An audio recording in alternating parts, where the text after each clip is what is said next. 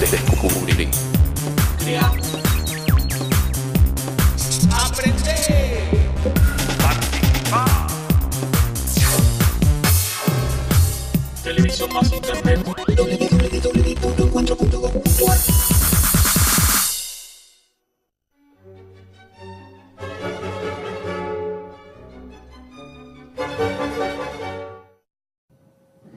A fines de los 70, solo 3 países de Latinoamérica vivían en democracia. Las dictaduras no resolvieron en absoluto la pobreza, la exclusión social ni la desigualdad. Pero los primeros gobiernos de las transiciones tampoco lo lograron. Y para las democracias actuales siguen siendo una deuda pendiente. Por eso nos preguntamos, ¿qué pasa con nuestras democracias? Hoy vamos a buscar las respuestas y a repensar el sistema de gobierno en el que la gran mayoría de los latinoamericanos confiamos para mejorar nuestras sociedades, la democracia. Bienvenidos a Explora América Latina.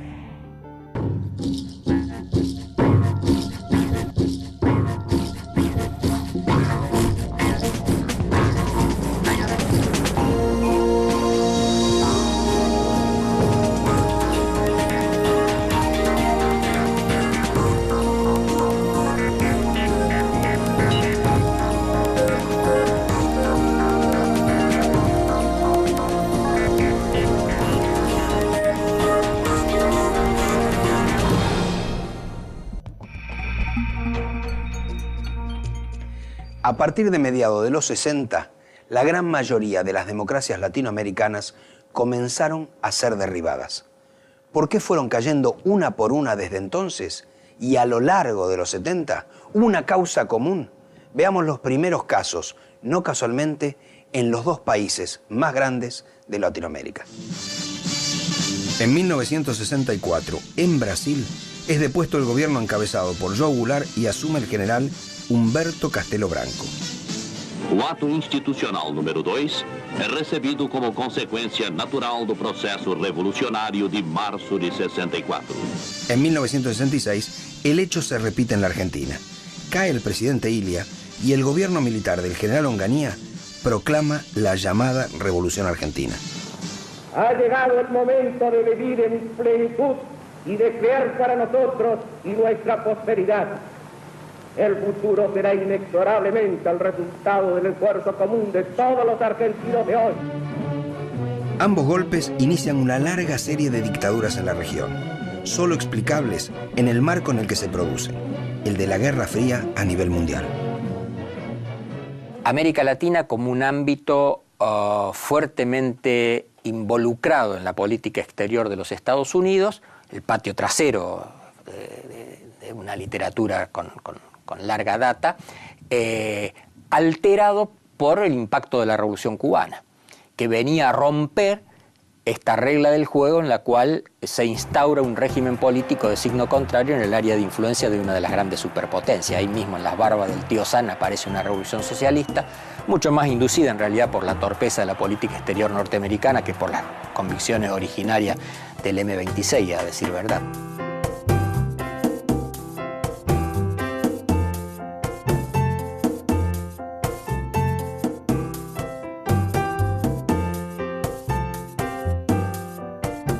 Era una época en que toda América Latina pensaba que era posible hacer algo semejante a lo que se había hecho en Cuba. Y pues si algunos cometían errores con la teoría del foco, otros vieron que no había otra salida y se lanzaron a esa lucha armada. Entonces la idea que América Latina podía convertirse en una gran Cuba estaba fuertemente presente y generó en las clases dominantes un verdadero temor. Esos miedos eran en la mayoría de los casos infundados, en el sentido de que no había, como quedó claramente demostrado, una correlación de fuerzas favorable para los grupos o los sectores revolucionarios. Pero se vivió de esa manera y aceleró un proceso en el cual todo era preferible antes que la revolución socialista. El presidente Kennedy lo dijo mejor que nadie cuando le preguntaron su opinión sobre la muerte del dictador Rafael Trujillo. Nuestra aspiración es tener regímenes democráticos lo más decentes posibles, Pero si ello no es posible, es mejor tener un Trujillo antes que un Fidel Castro.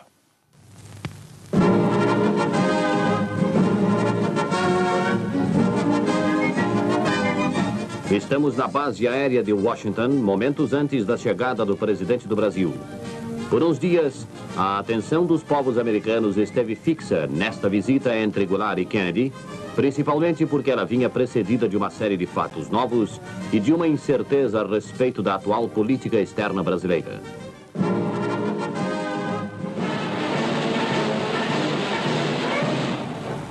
O presidente João Goulart, que defende com ardor as reformas de base, principalmente a reforma agrária, comparece à grande concentração popular e ali expõe os altos propósitos do seu governo nesse sentido. Henry Kissinger dijo en su momento, y este era un hombre de un peso considerable dentro de la política norteamericana, que hacia donde se inclinara Brasil, se iba a inclinar a América Latina. Y entonces esto ayuda a entender por qué el golpe se da primero en Brasil, por qué tiene tanto apoyo inmediato de los Estados Unidos, incluso como se sabe ahora por la desclasificación de documentos del Departamento de Estado, fue preparado con suficiente anticipación. En Brasilia, dicho sea de paso, donde además se gestaron otros dos golpes clave, el de 1971 en Bolivia y después la preparación del golpe en Chile. O sea, se hizo en Brasilia y que contó obviamente con toda la aquiescencia del gobierno norteamericano. El pueblo unido jamás será vencido. En 1973 cae el gobierno socialista de Salvador Allende, electo 3 años antes. La dictadura del general Pinochet se prolongará por 17 años. En la Argentina, el golpe del 76 depone a Isabel Perón y da comienzo al llamado proceso de reorganización nacional, que se extenderá por casi 8 años. Los gobiernos militares ya no muestran intenciones de ser transitorios y crear supuestas bases para los regresos democráticos. Las dictaduras llegan para quedarse. Comunicado número 1 de la Junta de Comandantes Generales. Se comunica a la población que a partir de la fecha el país se encuentra bajo el control operacional de la Junta de Comandantes Generales de las Fuerzas Armadas. Firmado Jorge Rafael Videla, Teniente General, Comandante General del Ejército. Ahora se trata de dictaduras que se pretenden fundacionales. Esto se nota muy bien en el caso chileno. Las primeras declaraciones de Pinochet, incluso ahí entre septiembre y noviembre de 1973, son que iban a venir a restaurar la democracia política que se estaba pervirtiendo con la demagogia de la Unidad Popular. Pero pocos meses después, ya en 1974, la idea de que vienen a fundar un nuevo orden político está claramente establecida. En Argentina pasó algo parecido. Esto va añadido o se suma a ese contexto en el cual la idea de la Guerra Fría conlleva además la idea de la guerra total, que es el fundamento de la doctrina de la seguridad nacional, donde ya no hay fronteras, físicas, políticas, las fronteras ahora son fronteras ideológicas, el enemigo no es un enemigo que sea individualizable externamente, que tenga uniforme, orden de marcha, orden de combate, bandera, etcétera, sino que es un enemigo invisible, difuso, está en todos los intersticios de la sociedad y cualquiera, hasta la más inocente abuelita, puede ser considerada potencialmente una enemiga. Esto, que está en la base de la doctrina de la seguridad nacional, definió todo un estilo que desde la Escuela de las Américas se inculcó, además de las técnicas de tortura, desaparición de personas que se heredan de la escuela francesa, a buena parte de la oficialidad de la totalidad de los países latinoamericanos, excepto Costa Rica, que no tiene ejército, y Cuba, que obviamente estaba excluido del sistema. En 1978, en Sudamérica, los generales, o en algún caso un civil designado por ellos, gobernaban en Chile, Argentina, Uruguay, Brasil, Perú, Bolivia, Paraguay y Ecuador. En la mayoría de los casos, los efectos de sus políticas fueron los mismos. Tenemos que hacer un esfuerzo muy grande para darnos cuenta que la misma palabra significa muchas cosas y a veces significa exactamente lo contrario de lo que uno piensa. El caso de la democracia es típico, ¿no? ¿Cuántos regímenes han sido reconocidos como democráticos y al frente de los mismos se encuentran los dictadores más siniestros? Lo interesante de Guatemala es que las famosas dictaduras militares de los años 70, todos los generales que fueron presidentes fueron electos. Los partidos políticos juegan el papel, digamos, nuevamente de ser los presentadores de la tarjeta de presentación del poder real, que era el ejército de Guatemala. Ustedes se ponen a ver a los dictadores que hacían elecciones, ¿verdad? Dicen, bueno, ¿y estos para qué están haciendo elecciones? Y no están eligiendo nada, ¿no? Y representaban la elección y pretendían que se legitimaban con las elecciones, ¿no? Las dictaduras latinoamericanas hirieron nuestras sociedades desde múltiples perspectivas. En primer lugar, y nunca lo podemos poner en segundo lugar, generaron heridas terribles desde la práctica de los terrorismos de Estado. Argentina lo sabe mejor que nadie en el Cono Sur, pero también lo sabemos los uruguayos, los brasileños, los chilenos, los paraguayos. Pero también hirieron a nuestras sociedades porque rompieron el contacto con el mundo de nuestras sociedades en el momento en que el mundo vivía una verdadera revolución. Empezaba una revolución científico-técnica, cultural, que transformó en clave inédita el mundo en los últimos 30 años del siglo XX. No teníamos vínculo con lo que ya comenzaba a ser la sociedad red, la sociedad del conocimiento. Y rompíamos sobre todo las redes de investigación. Eso hirió mucho y marcó mucho a las democracias post-dictadura. Si uno piensa en la democracia, en la recuperación de la democracia, que fue el gran tema en los años 80 hasta los años 90 para varios países de la región, lo que vemos es que durante los años duros, durante los que no existían condiciones democráticas, el gran lema de la sociedad civil era eso, ¿no? Recuperar las libertades civiles y políticas. Y jugaron un papel muy importante en la preparación de la transición o de las transiciones políticas. De pronto se toma en serio, ¿verdad?, por parte de muchos latinoamericanos el proyecto democrático.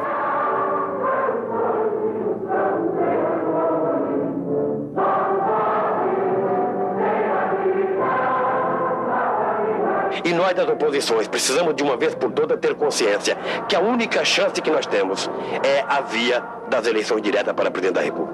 1982 en Bolivia, 1983 en Argentina, 1984 en Uruguay, 1985 en Brasil. Poquito más, 1989 en Chile y en Paraguay. Pero digamos, en el curso de 7 años, esta historia revirtió completamente. Declaro promulgada o documento da liberdade, da dignidade, da democracia, da justiça social do Brasil. Que Deus nos ajude que esto se cumpla. En Bolivia los militares se tuvieron que ir porque quedaron involucradas las Fuerzas Armadas en el negocio del narcotráfico. La característica de la cleptocracia del gobierno de García Mesa. Y en Argentina porque perdieron la guerra de las Malvinas. Comunicado del Estado Mayor Conjunto número 165. El Estado Mayor Conjunto comunica que en el día de ayer, 14 de junio de 1982, se produjo la reunión entre el comandante de las fuerzas inglesas, general Jeremy Moore, y el comandante de la guarnición militar Malvinas, general de brigada Mario Benjamín Menéndez. En dicha reunión se elaboró un acta en la cual se establecen las condiciones de cese de fuego y retiro de tropas. En Uruguay, los militares quisieron someter a referéndum, y de hecho lo hicieron, referéndum popular, su proyecto de constitución del nuevo Uruguay, de esta democracia protegida, tutelada a la que aspiraban. Y en contra de sus previsiones, la mayoría de la sociedad uruguaya lo rechazó. Y esto le puso en una situación de debilidad política que le obligó a negociar con los partidos políticos y cambia no solo las reglas del juego, sino también las características del proceso mismo de transición. ¿Cómo nacen las democracias de los 80? ¿Fortalecidas por el apoyo unánime o débiles y condicionadas? La nota dominante es la renuncia a reclamos de carácter más o menos radical. Hay incluso algunos que ni siquiera tenían ese cariz. Yo creo que tiene que ver con un error estratégico importante cometido por todas las dirigencias políticas de nuestros países que condujeron el proceso de transición hacia la democracia, que fueron víctimas, aceptaron o propiciaron una forma de chantaje. No radicalicemos esta democracia porque son tan frágiles que pueden generar una restauración de la dictadura o de la participación de los militares en la política. Esto se vio muy claro en el caso uruguayo y me parece también en el caso argentino, sobre todo después de 1987. A mis camaradas, la Operación Dignidad, cuyo comando asumo desde esta escuela de infantería, es una respuesta a la continua agresión al ejército argentino. ¡Felices Pascuas! Los hombres amotinados han depuesto su actitud. Como corresponde, serán detenidos y sometidos a la justicia. Eso ayuda a entender también por qué en la mayoría de los países se optó por una política de no enjuiciamiento de los crímenes de las dictaduras. Lo de Argentina es excepcional y aún así con el límite que después va a suponer la ley de punto final y de obediencia debida, pero después es la excepción. A partir de este juicio y de la condena que propugno, nos cabe la responsabilidad de fundar una paz basada no en el olvido, sino en la memoria, no en la violencia, sino en la justicia. Esta es nuestra oportunidad y quizá sea la última.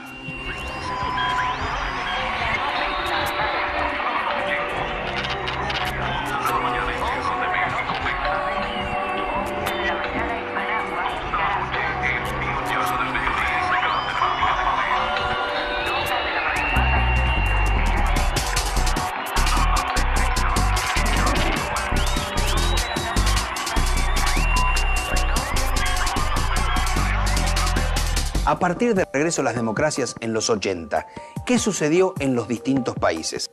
En general, el paso fue de la euforia al desencanto, cuando las políticas aplicadas no mejoraron la forma de vida de amplios sectores. En los años 90, ¿qué tuvimos? Bueno, la aplicación ortodoxa de políticas emanadas del llamado Consenso de Washington y justamente democracias que perdían calidad, perdían intensidad. La economía ortodoxa actúa como si los valores éticos no tuvieran influencia en la economía.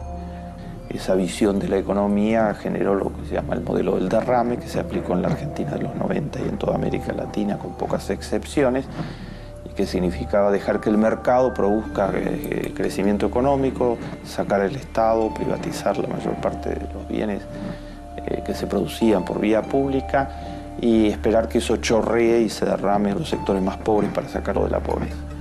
Hoy América Latina tiene mucha más pobreza de la que tenía previamente esas experiencias y tiene muchísima más desigualdad que la que tenía previamente esas experiencias. Es decir, para mucha gente en América Latina, la democracia parece no cumplir con la promesa, ¿no es cierto?, que la ciudadanía pensaba incluida en esta oferta de democracia, que era un mejoramiento de las condiciones de vida. Democracias que se conjugaban, bueno, con fenómenos de corrupción, que se conjugaban con fenómenos de pauperización aguda. Los datos no admiten comentarios. El 44% de los latinoamericanos, 220 millones de latinoamericanos, están por debajo de la línea de pobreza, lo cual ha hecho que en este periodo de democratización, la aplicación de políticas liberales que supuestamente incorporaban al continente al nuevo esquema de globalización liberal generaban, a contramano de lo que se suponía, una pauperización aguda.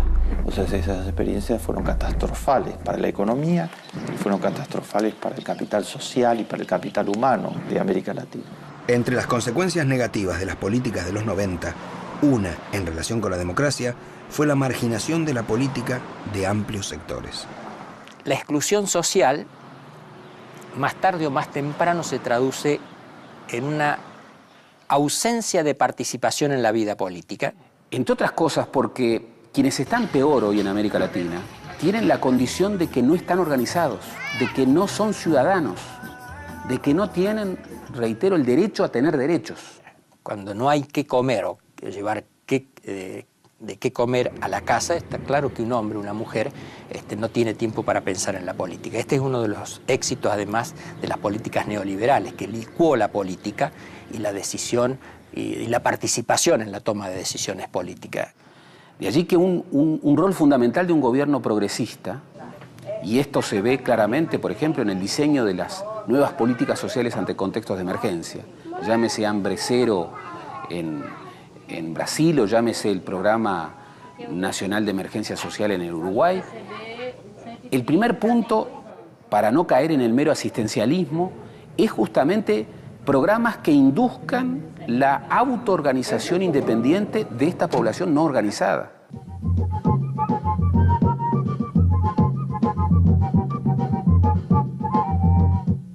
Num país do tamanho do Brasil, iniciar qualquer campanha de coleta de alimento é uma verdadeira operação de guerra e deve ser feita com muito cuidado e planejamento para que todo esse enorme esforço atinja plenamente os seus objetivos. Nossa guerra não é para matar ninguém, é simplesmente para salvar vidas. Minha expectativa que eu nasci, nunca tive libertação. E sei que daqui para lá não tem, só se Deus nos ajudar y abaixo de Deus o Lula.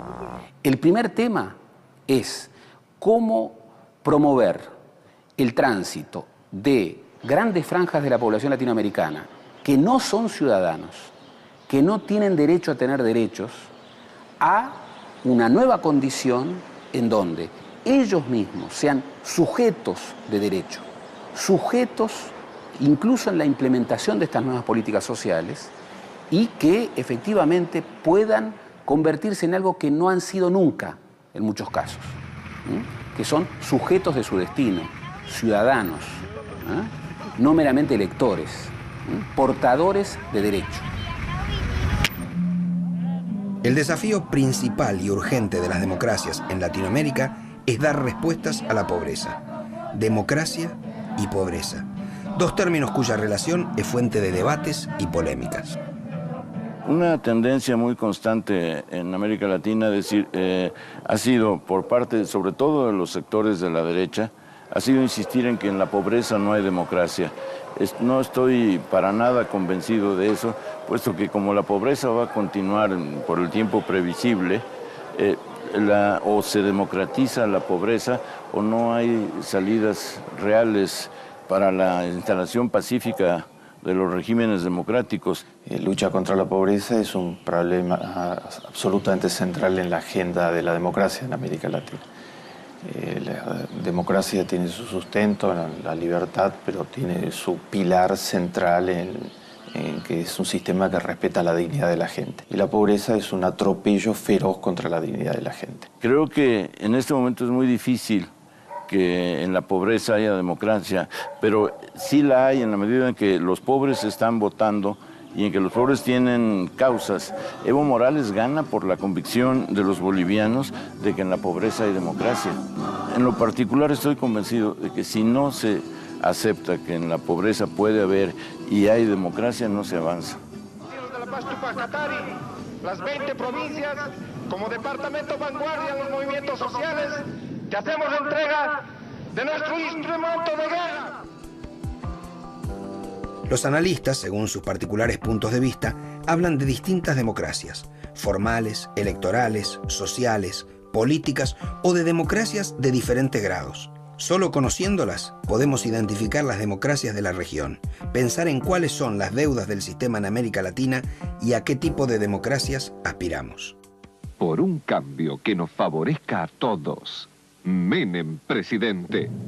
Lo que usualmente se llama la democracia formal es aquella que se fue constituyendo sobre la base del modelo de la democracia liberal representativa, proveniente del mundo europeo, pero sobre todo en su versión norteamericana, que fue la que finalmente terminó modelando la idea de una democracia reducida casi a la presencia de ciudadanos que periódicamente convergían en el acto de definir quiénes eran sus nuevas autoridades, cualquiera fuera el rumbo. Un primer nivel muy elemental es la llamada democracia electoral. Las elecciones son más o menos limpias, más o menos transparentes, nunca demasiado limpias ni demasiado transparentes, por el tema del financiamiento ilegal de los partidos políticos, el costo de las campañas. Pero eso sería, digamos, el grado más elemental de la democracia. Democracia es un nombre muy genérico, al modo. Una democracia en un país donde 15 familias controlan más del 60% del Producto Bruto es una democracia de baja intensidad, porque hay una simetría de poder total. Luego tenemos un grado más evolucionado, que es la democracia política, en donde no solamente tenemos estas elecciones, sino además tenemos un juego de las instituciones políticas que garantizan, ¿verdad?, la adecuada representación de las preferencias de los ciudadanos. Eso prácticamente no existe en nuestra región. Hay una cosa, Mariano, que no le podemos ocultar a nuestro pueblo. El Poder Judicial es independiente, pero evidentemente hay una cierta dosis en el Poder Judicial de poder político. Y esa dosis está en la Suprema Corte de Justicia de la Nación. Una democracia en donde hay sectores significativos de clase media es una democracia de media intensidad.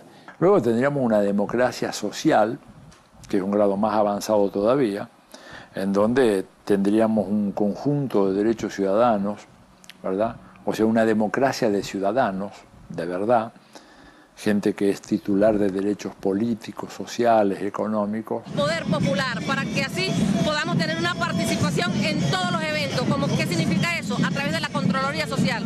Y Contraloría Social en Venezuela significa que tenemos que ver con el gasto público, somos los controladores de salud, para que los índices de corrupción vayan disminuyendo, y eso es lo que estamos haciendo. Una democracia de alta intensidad no es fácil. Una democracia de alta intensidad es una democracia donde la gente realmente tiene libertad. Un fenómeno asociado a la pobreza es ineludible al hablar de las democracias en Latinoamérica: la desigualdad, la brecha entre pobres y ricos, hoy la más profunda de todas las regiones del mundo. África es el continente más pobre del planeta, pero Latinoamérica el más desigual. El 10% más rico de América Latina tiene el 50% de todos los ingresos y el 10% más pobre tiene el 1.6% de todos los ingresos. Eso significa una distancia mayor a 50-1. En Italia la distancia es 13-1. En Estados Unidos, que es el país más desigual de los países desarrollados, es 17-1. En Noruega es 3-1. Corea es 8-1. En América Latina más de 50-1. Esa distancia feroz, esa desigualdad feroz, primero es antiética desde ya. Y en efecto, ahí está uno de los puntos cruciales que atraviesan o al que se enfrentan los regímenes democráticos en la actualidad. En América Latina no es que hay pobreza y hay desigualdad. Hay pobreza porque hay desigualdad. No son dos variables que funcionen independientemente y se conectan por allí, sino que una razón central de por qué un continente tan rico tiene tanta pobreza es la desigualdad.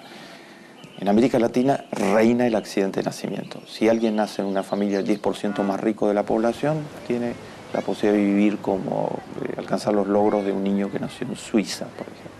Si alguien que nace en el 10% más pobre de la población, no va a poder completar la escuela primaria.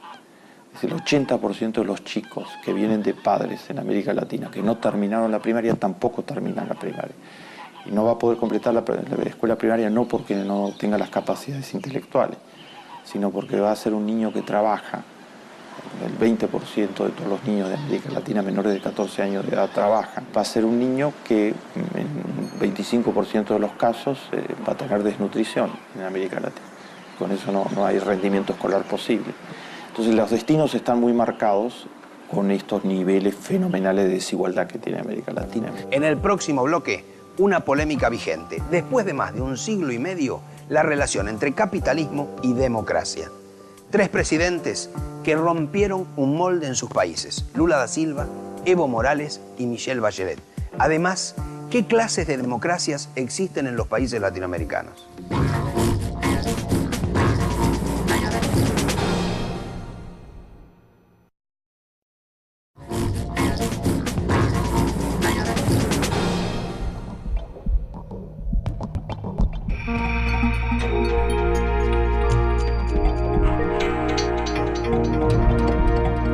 Cuando hablamos de desigualdad económica solemos pensar en los pobres, en los indigentes, pero vale la pena mirar el otro extremo. Un informe mundial sobre riqueza a mediados del 2002 mencionaba que a pesar de la crisis, los ricos mostraron una gran habilidad para seguir acumulando dinero. Según el informe, en la región hay 280.000 personas con más de $1 millón en activo. ¿De dónde son la mayoría de esas personas? Brasileños y mexicanos. El crecimiento de la riqueza de los ricos latinoamericanos fue del 8%, el doble de la media mundial y muy superior a la de los norteamericanos y europeos. En ese periodo, 150 millones de habitantes de la región intentaban sobrevivir con menos de $2 diarios. Acá en México tenemos un ingreso per cápita de alrededor de $6.500 al año, que no es una cifra mala, de hecho es la cifra más alta de la región latinoamericana, pero si uno empieza a desagregar por estados, por sectores sociales, uno se da cuenta que en México, como en otros países latinoamericanos, hay sectores que viven con condiciones de vida muy semejantes a la de gente que vive en Italia o en Hong Kong o en Alemania, y otros que viven con, digamos, niveles de vida que son comparables a algunos países subsaharianos. Entonces tenemos una desigualdad absolutamente tremenda, y esta desigualdad es efectivamente, repito, el principal freno a una reducción continua de la pobreza. Puede reducirse sustancialmente la pobreza. Chile es un ejemplo clarísimo. La pobreza en Chile bajó de un modo considerable. Lo que no disminuye en Chile es la desigualdad. Lo que todavía no sabemos hacer en América Latina es crecer reduciendo la desigualdad. Es más, se incrementó en todos nuestros países. Nuestros países son hoy más desiguales de lo que eran bajo dictadura, con la misma o con diferente política económica. Entonces ahí hay un punto importante, ¿verdad? El problema no es la pobreza, ni los pobres. El problema son los ricos, los que se apropian de la riqueza y la forma en la que la riqueza se distribuye. Entonces el problema no está en la pobreza, sino en la desigualdad. Según las estadísticas, Brasil es el país de Latinoamérica con mayor desigualdad y Uruguay el menos desigual. Cuando Fernando Henrique Cardoso asumió su primera presidencia en 1994, dijo que Brasil no era un país pobre, sino un país injusto. A más de 10 años, la afirmación vale para muchos de los países de la región. ¿Por qué tiene tanta pobreza un continente potencialmente tan rico? ¿Por qué el Perú, que ha tenido crecimiento económico muy significativo en los últimos 5 años, no logró mejorar un ápice la tasa de pobreza, que es del 52%? O sea, las cifras horrendas de Fujimori, una de las dictaduras disfrazadas más cruentas que conoció la historia latinoamericana contemporánea, y de las más corruptas, etc., no fueron mejoradas durante el gobierno posterior. ¿Por qué? Bueno, porque no se modificó en un ápice el nivel de inequidad en el acceso a oportunidades en el Perú. Y esto es válido para el conjunto de América Latina. La humanidad que está viviendo en nuestros países, la crisis social de todo un sistema de dominación y acumulación. Es evidente que esto ya no se necesita ser marxista para darse cuenta que hay un problema muy grave en la acumulación, hay un problema muy grave en la dominación, y que es el sistema en su conjunto el que se encuentra en crisis. Y esto es un punto más delicado, porque efectivamente, porque una forma de terminar con la pobreza es incrementando, haciendo que la economía aumente sus niveles de producción y productividad, creando nuevas fuentes de trabajo, creando nuevos emprendimientos, nuevas empresas. Eso termina con los pobres. Más o menos, ¿no? Pero termina o lo reduce. Pero la desigualdad es otra cosa. Y la desigualdad es consustancial del sistema capitalista.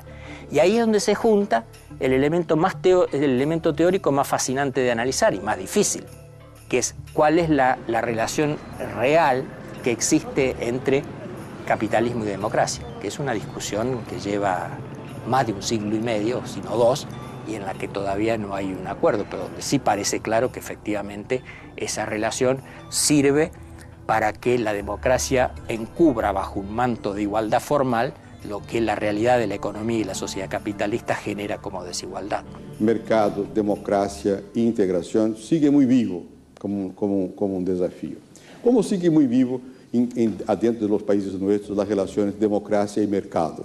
Como también sigue más vivas todavía las incomprensiones frente al tema de qué significa eso. La relación entre capitalismo, economía de mercado y democracia, evidentemente, es una relación muy compleja. Normalmente, la ideología dominante presenta a la democracia como la otra cara de la economía de mercado. La realidad es que la economía de mercado lo que ha producido en América Latina en los últimos años ha sido una increíble erosión de la fe en los valores democráticos y una insatisfacción con el funcionamiento de nuestras economías y de nuestros sistemas políticos muy grande. Lo que hay que hacer son adaptaciones, readaptaciones y ver cómo frente a las condiciones actuales se puede actuar con los valores que son los de la democracia, los de una mejor distribución de renta, de solidaridad social, en fin, estos que son valores más permanentes y todavía hay mucha incomprensión en esta relación. Le voy a dar un dato muy significativo.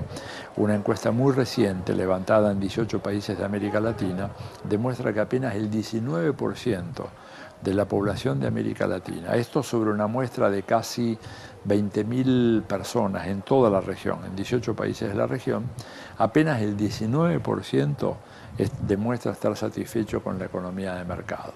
La experiencia de América Latina, con 25 años de aplicación irrestricta de políticas de libre mercado en América Latina, demuestran que esas políticas han erosionado, tal vez irreparablemente, la credibilidad en las instituciones y en el mismo ideal democrático.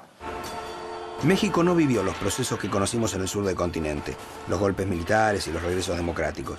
Sin embargo, durante 7 décadas, el poder fue monopolizado por el PRI, el Partido Revolucionario Institucional, que recién en el 2000 fue vencido en las urnas por el PAN, que volvió a imponerse en el 2006 en una polémica elección.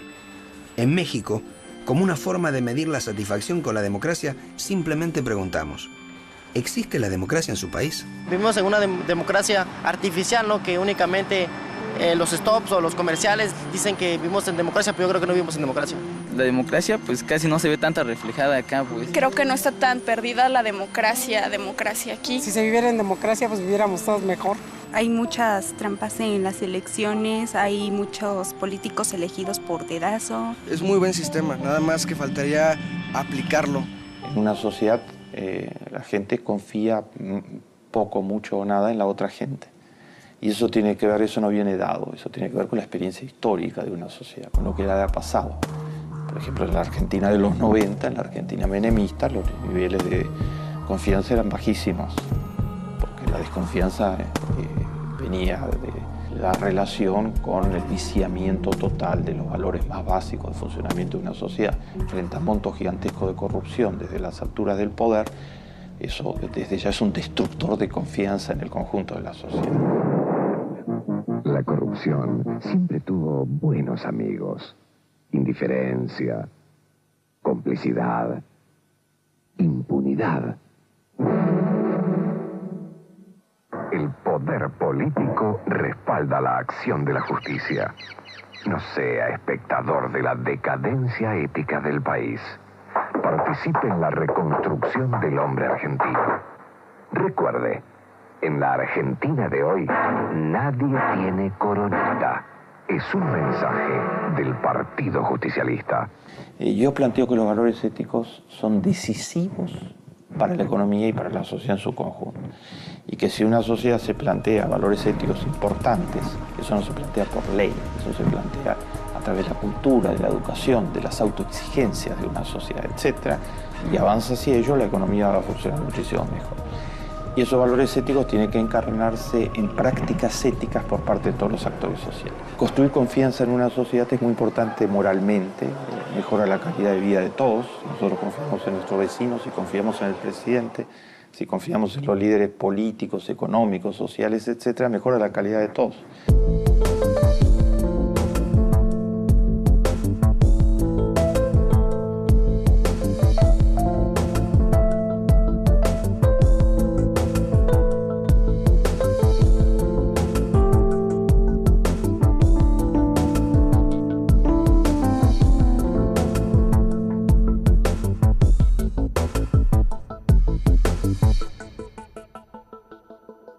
latinoamericanos dicen abrumadoramente que prefieren la democracia a cualquier otro sistema político. Más de 2/3 partes dicen que prefieren la democracia. Dentro de todos los sistemas políticos que conozco, me parece que es el más apropiado para que todas las personas puedan participar y que hay un crecimiento individual de cada persona también y al mismo tiempo de una sociedad. Piedra fundamental para cualquier tipo de crecimiento económico, social, político, en salud, en educación. La democracia es fundamental. Es perfectible, tiene sus falencias, pero es lo mejor que conocemos, así que me parece que hay que tratar de respetarlo y apoyarlo. Pero cuando se les pregunta qué piensan del sistema democrático que están viviendo, el que viven en su país, 2/3 partes están totalmente insatisfechos con el sistema democrático. Tiene carencias. Creo que el hambre, la exclusión social y todo ese tipo de cosas no la ha podido contener. Unos cuantos nada más tienen la democracia y los demás están padeciendo hambres, pobrezas, no hay trabajo, aunque sean profesionistas, no hay trabajo para la gente, pues. Entonces están desconformes no con la democracia como sistema político, sino con la calidad de la democracia que tiene. Que la democracia la hace la gente que tiene el poder y la gente que tiene el dinero. Para ser una democracia tiene que ser algo más, no globalizado, sino más integral, más social, más mirar en todos los segmentos de la sociedad a dónde está la parte débil y equilibrarla un poco. Están diciendo, no queremos una democracia tradicional, queremos una democracia de mucho mejor calidad, no quieren menos democracia, quieren más democracia. Quieren una democracia de alta intensidad, quieren una democracia activa. Más allá de las deudas y las debilidades de las democracias en la región, entre los últimos años del siglo XX y los primeros del XXI, se produjeron hechos para destacar. Algunos auspiciosos y varios inéditos. En Brasil, gana las elecciones por primera vez un representante de la clase obrera. En México, el fin de 7 décadas de hegemonía de un mismo partido. En Bolivia, la elección de su primer presidente indígena. Y en Chile, la llegada de la primera mujer a la presidencia. Es absolutamente singular que en esta historia en la que estamos viviendo, una mujer, un líder indígena y un obrero metalúrgico dirijan 3 países que nunca fueron dirigidos por una mujer, por un obrero y por un líder indígena. Bueno, yo creo que el triunfo de Morales en Bolivia lo que quiebra es finalmente la hegemonía de la vieja política de los partidos tradicionales, ¿verdad? Que se habían constituido al margen de la realidad indígena de ese país. Es otro caso fascinante, por muchas razones. Primero, por la larga tradición que tiene la sociedad boliviana de tener una sociedad civil muy fuerte, que incluso destruyó en su momento las Fuerzas Armadas, se opuso a las mismas, etc. Segundo lugar, por lo que Evo Morales significa en términos de pertenencia étnica a los aymara. En tercer lugar, porque su pertenencia social, campesino cocalero, especialmente del área del Valle del Chapare. En cuarto lugar, porque se ha posicionado de una manera muy firme en la defensa de los recursos naturales, sobre todo gasíferos, petrolíferos. En quinto lugar, porque levanta una posición de dignidad nacional frente a las pretensiones de los Estados Unidos desde A, quitarle las armas que se le transfirió en su determinado momento al Estado boliviano, o B, exigirle que termine el cultivo de la hoja de coca, cuando en realidad lo que hay que terminar es con el consumo de la cocaína, que es una cuestión bien distinta del cultivo de la coca. La otra cuestión que me parece interesante es que el triunfo político de Evo Morales, que es un triunfo además incuestionable por la magnitud numérica en la primera vuelta, que implica potencialmente la incorporación de los pueblos originarios organizados políticamente a la lucha por conseguir posiciones de poder. La elección de Michelle Bachelet digamos, si uno la analiza desde la perspectiva de Chile, yo creo que hay un par de lecciones bien importantes. Primero que da, yo diría, una mujer con experiencia relevante, a la vez símbolo, digamos, por su vida, la historia de su vida, su padre, su propio exilio, etc. Símbolo de cosas que tienen que quedar atrás. Y al mismo tiempo símbolo de, digamos, de una visión de futuro, una mujer joven, médico. No creo que fue una dinámica feminista, pero seguramente representa algún cambio en la sociología de Chile, porque va más allá de los cánones clásicos de la política. Ahora, ¿eso se puede repetir en otros países de la región latinoamericana? Seguramente que sí. En la América Latina se está planteando la lucha por la liberación de nuestros países respecto de las formas de opresión colonial y neocolonial, la lucha por la democracia, no solo como gobierno del pueblo, con el pueblo y para el pueblo, sino como la formación del pueblo para que sepa cómo se toman decisiones políticas, por qué se toman decisiones políticas y participe más y más en la toma de decisiones políticas. Pero a esas dos luchas se añade una tercera, que es por el socialismo y que pues representa un gran reto para los pueblos latinoamericanos, al que están respondiendo cada vez más en condiciones muy difíciles, muy dolorosas, pero con aportaciones impresionantes, ¿verdad? Como la de Bolivia, con el MAS y el triunfo de Evo Morales, como este movimiento nuevo de Venezuela, este nuevo bolivarismo en que, lejos de convertirse en un populismo como pretenden sus enemigos, constituye un nuevo esfuerzo en el que se involucran las fuerzas militares para un proyecto en el que el pueblo tiende a organizarse más y más, tiende a educarse más y más y tiende a participar más y más. Y aunque existe, por supuesto, la cultura que todos tenemos en todos nuestros países del hombre fuerte, del hombre líder, no es en ella en la que están basando todo el proyecto, sino en la profundización de este proceso y en lo que Chávez ha llamado un nuevo socialismo, el socialismo del siglo XXI. Estamos aquí dándole un apoyo además a nuestro comandante Hugo Rafael Chávez Frías, apoyando el ALBA que acaba de amanecer y está llegando el ALBA a Latinoamérica, porque el ALBA significa amor, significa justicia social, significa equidad, significa mayor gasto social para la salud, para la educación, para la cultura, para los comités de tierra. Si quisiéramos hablar de la fragilidad de las democracias en Latinoamérica, podríamos decir que desde los 90, 11 gobiernos no completaron sus mandatos y otros 6 que los sucedieron tampoco culminaron su periodo.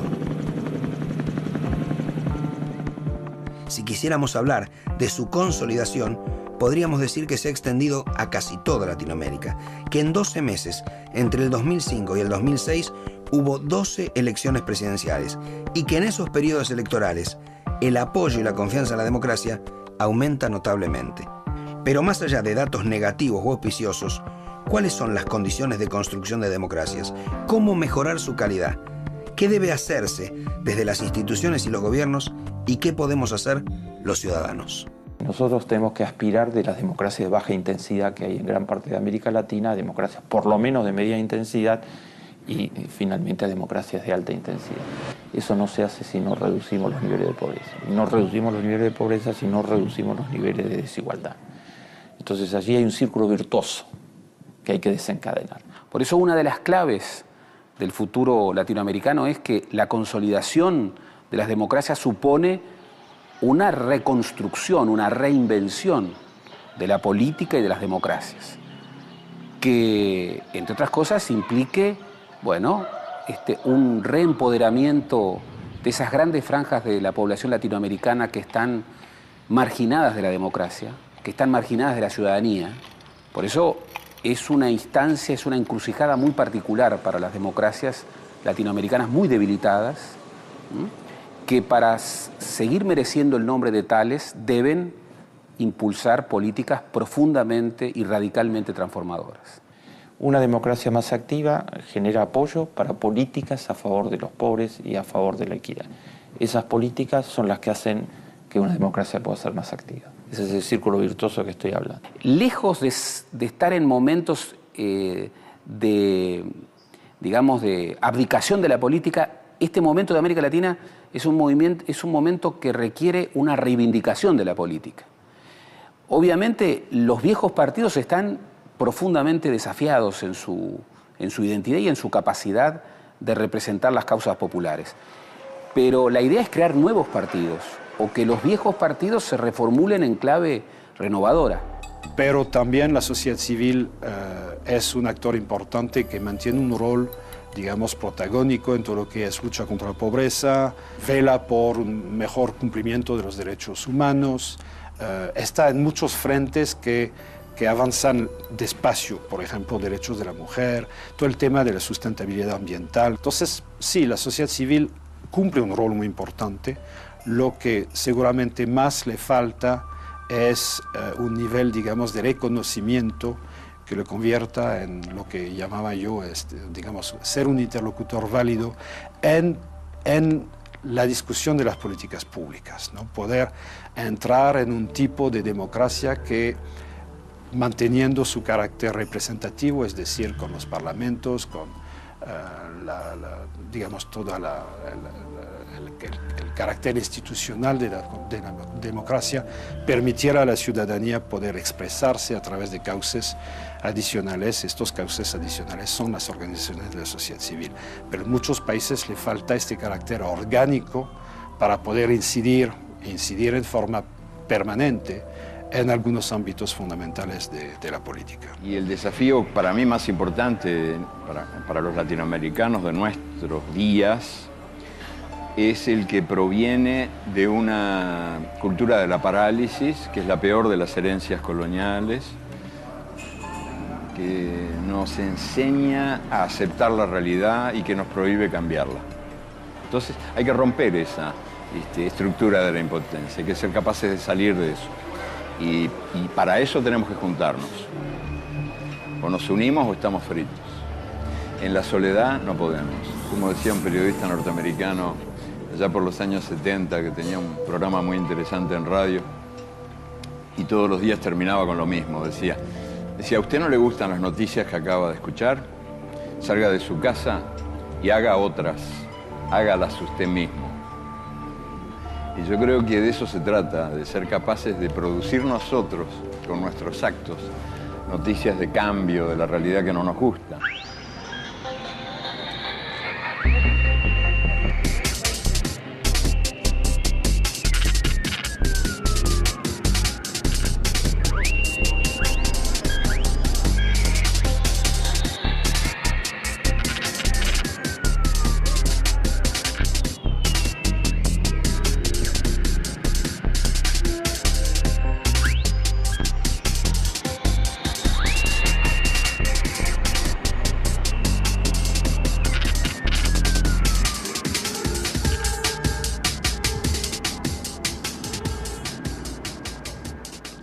Muchos lo rechazan de plano. Algunos dudan. Otros la aceptarían. Pero más allá de las respuestas y su análisis, lo deseable sería ni siquiera tener que plantear las alternativas.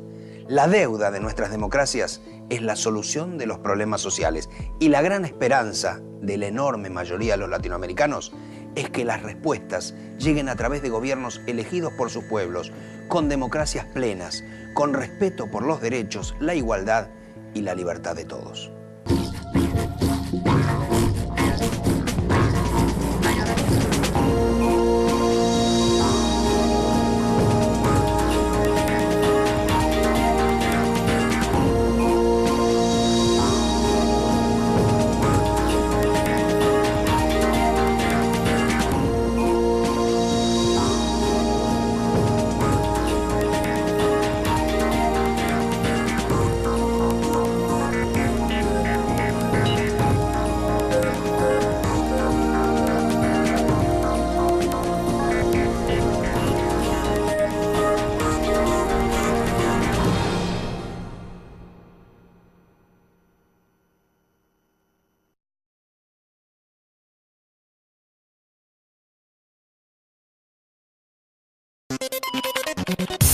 Descubrir. Crear. Aprender. Participar. Televisión más internet.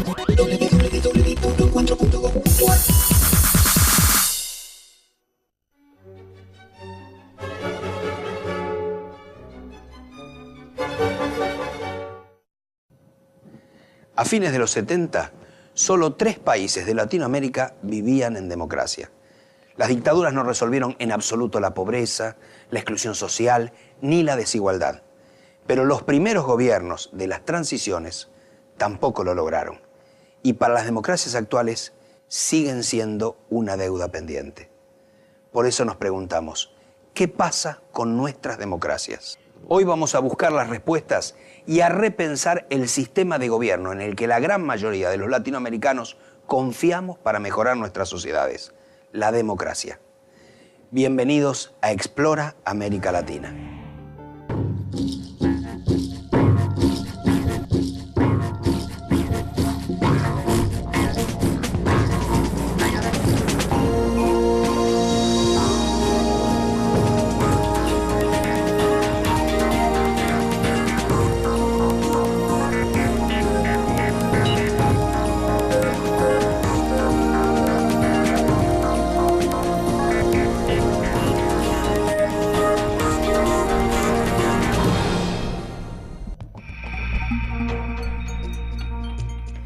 A partir de mediados de los 60, la gran mayoría de las democracias latinoamericanas comenzaron a ser derribadas.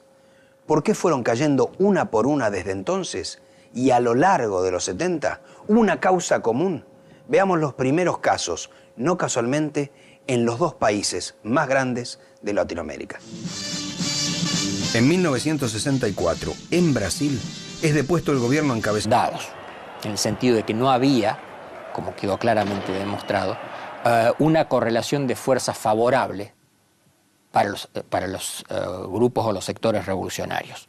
Pero se vivió de esa manera y aceleró un proceso en el cual todo era preferible antes que la revolución socialista. El presidente Kennedy lo dijo mejor que nadie cuando le preguntaron su opinión sobre la muerte del dictador Rafael Trujillo. Nuestra aspiración es tener regímenes democráticos lo más decentes posibles. Pero si ello no es posible, es mejor tener un Trujillo antes que un Fidel Castro.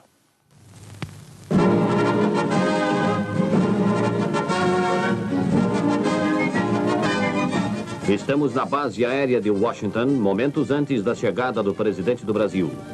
Por uns dias, a atenção dos povos americanos esteve fixa nesta visita entre Goulart e Kennedy, principalmente porque ela vinha precedida de uma série de fatos novos e de uma incerteza a respeito da atual política externa brasileira.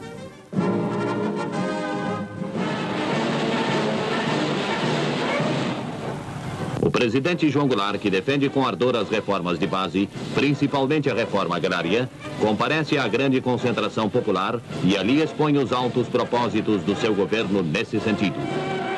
Henry Kissinger dijo en su momento, y este era un hombre de un peso considerable dentro de la política norteamericana, que hacia donde se inclinara Brasil, se iba a inclinar a América Latina. Y entonces esto ayuda a entender por qué el golpe se da primero en Brasil, por qué tiene tanto apoyo inmediato de los Estados Unidos, incluso como se sabe ahora por la desclasificación de documentos del Departamento de Estado, fue preparado con suficiente anticipación.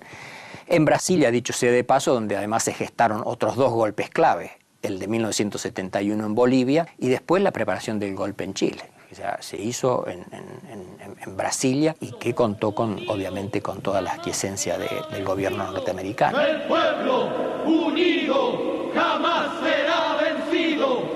En 1973 cae el gobierno socialista de Salvador Allende, electo 3 años antes.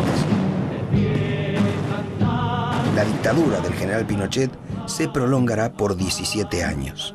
En la Argentina, el golpe del 76 depone a Isabel Perón y da comienzo al llamado proceso de reorganización nacional, que se extenderá por casi 8 años.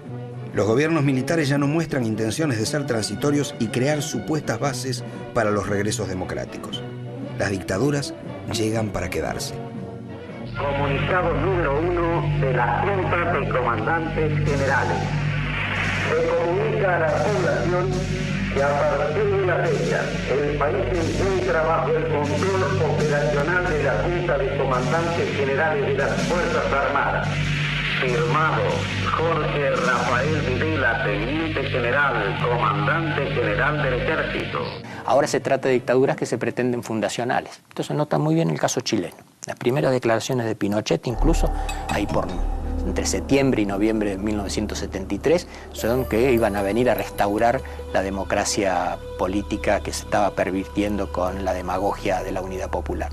Pero pocos meses después, ya en 1974, la idea de que vienen a fundar un nuevo orden político está claramente establecida. En Argentina pasó algo parecido.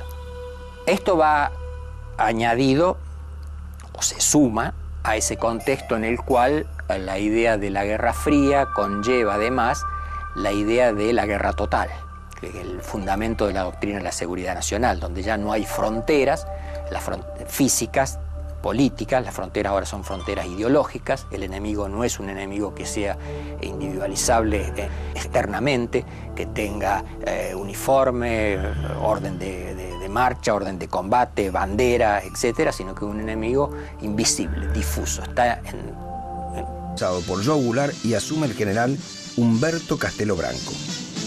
O ato institucional número 2 é recebido como consequência natural do processo revolucionário de março de 64.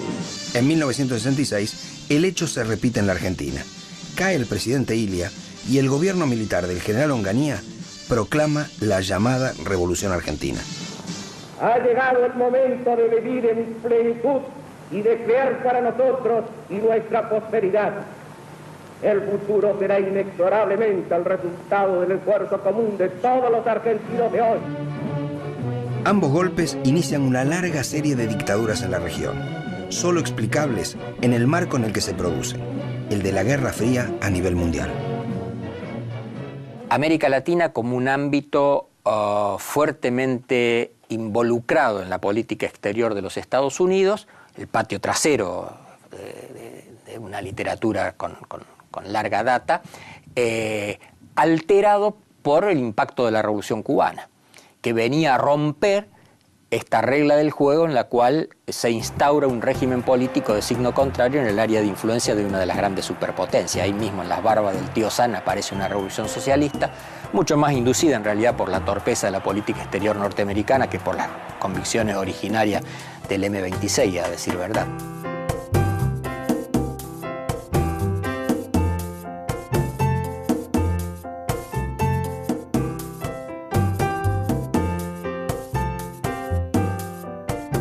Era una época en que toda América Latina pensaba que era posible hacer algo semejante a lo que se había hecho en Cuba. Y pues si algunos cometían errores con la teoría del foco, otros vieron que no había otra salida y se lanzaron a esa lucha armada. Entonces la idea que América Latina podía convertirse en una gran Cuba estaba fuertemente presente y generó en las clases dominantes un verdadero temor. Esos miedos eran en la mayoría de los casos todos los intersticios de la sociedad y cualquiera, hasta la más inocente abuelita, puede ser considerada potencialmente una enemiga. Esto, que está en la base de la doctrina de la seguridad nacional, definió todo un estilo que desde la Escuela de las Américas se inculcó, además de las técnicas de tortura, desaparición de personas que se heredan de la escuela francesa, a buena parte de la oficialidad de la totalidad de los países latinoamericanos, excepto Costa Rica, que no tiene ejército, y Cuba, que obviamente estaba excluido del sistema. En 1978, en Sudamérica, los generales, o en algún caso un civil designado por ellos, gobernaban en Chile, Argentina, Uruguay, Brasil, Perú, Bolivia, Paraguay y Ecuador. En la mayoría de los casos, los efectos de sus políticas fueron los mismos. Tenemos que hacer un esfuerzo muy grande para darnos cuenta que la misma palabra significa muchas cosas y a veces significa exactamente lo contrario de lo que uno piensa. El caso de la democracia es típico, ¿no? ¿Cuántos regímenes han sido reconocidos como democráticos y al frente de los mismos se encuentran los dictadores más siniestros? Lo interesante de Guatemala es que las famosas dictaduras militares de los años 70, todos los generales que fueron presidentes fueron electos.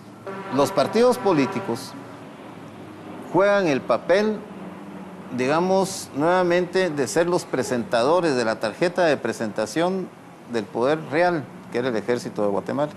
ustedes se ponen a ver a los dictadores que hacían elecciones, ¿verdad? Dicen, bueno, ¿y estos para qué están haciendo elecciones? Y no están eligiendo nada, ¿no? Y representaban la elección y pretendían que se legitimaban con las elecciones, ¿no? Las dictaduras latinoamericanas hirieron nuestras sociedades desde múltiples perspectivas. En primer lugar, y nunca